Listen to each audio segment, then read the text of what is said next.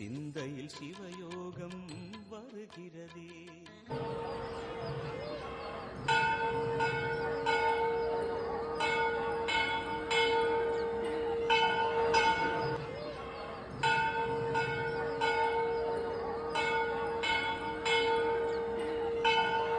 ஓம் ஷேம்லாய வித்மகே கலசாய தீமிகை தன்னோ வாராகி பிரசோதியாத்.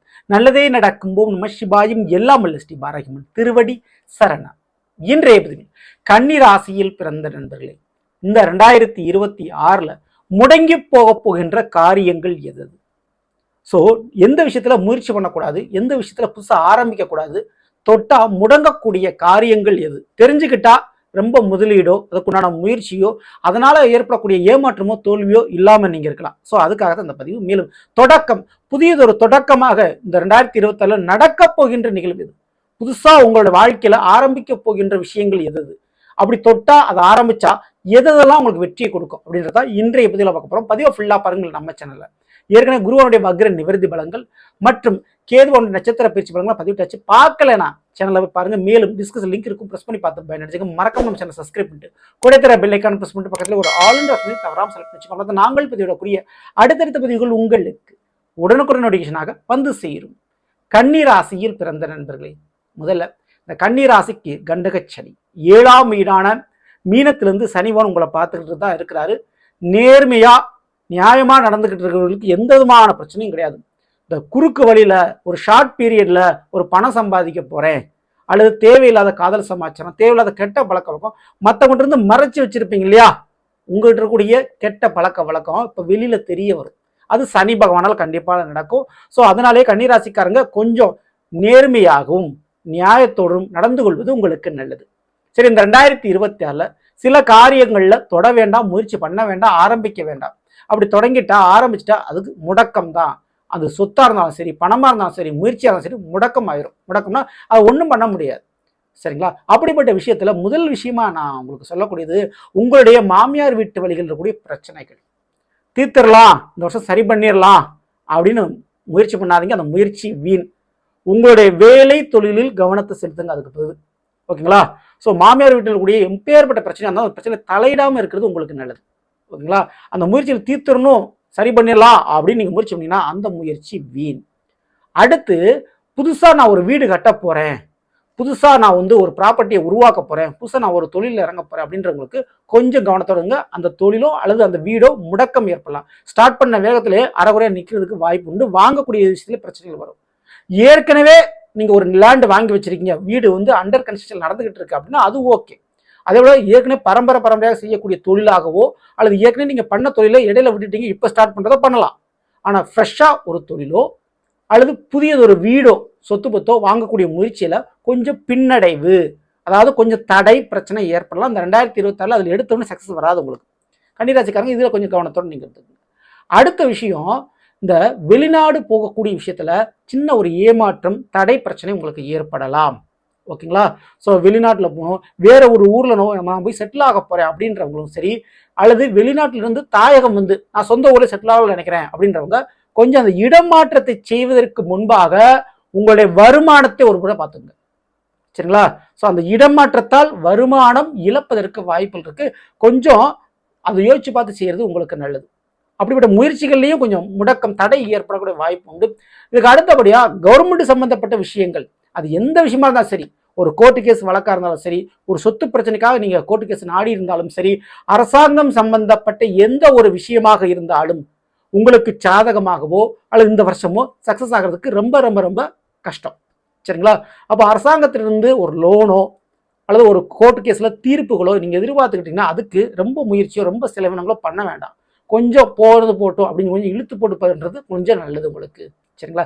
ஏன்னா அதுல கண்டிப்பா அந்த காரியம் முடங்கித்தான் போகும், சக்சஸ் கொடுக்காது இந்த 2027.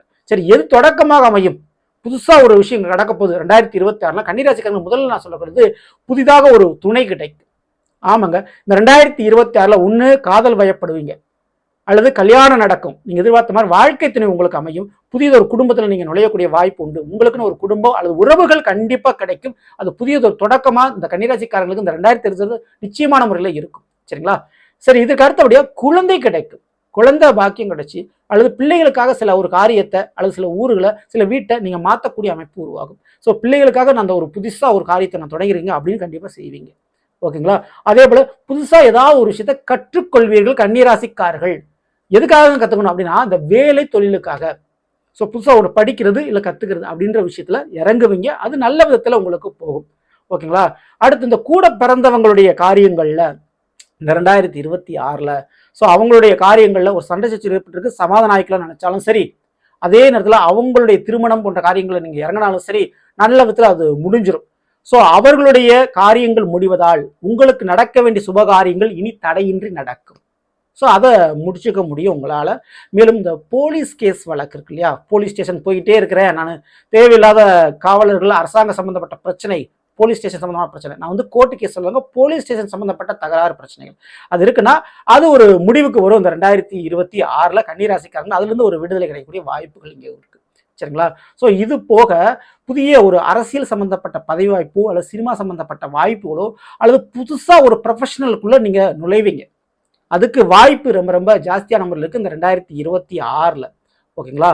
ஸோ மேலும் புதுசாக ஒரு சொத்தை உருவாக்குறத விட பழைய சொத்தை டெவலப் பண்ணுறது நல்லது. ஸோ இருக்கிற சொத்தை இருக்கிற வீட்டை விரிவாக்கம் பண்ணுவீங்க.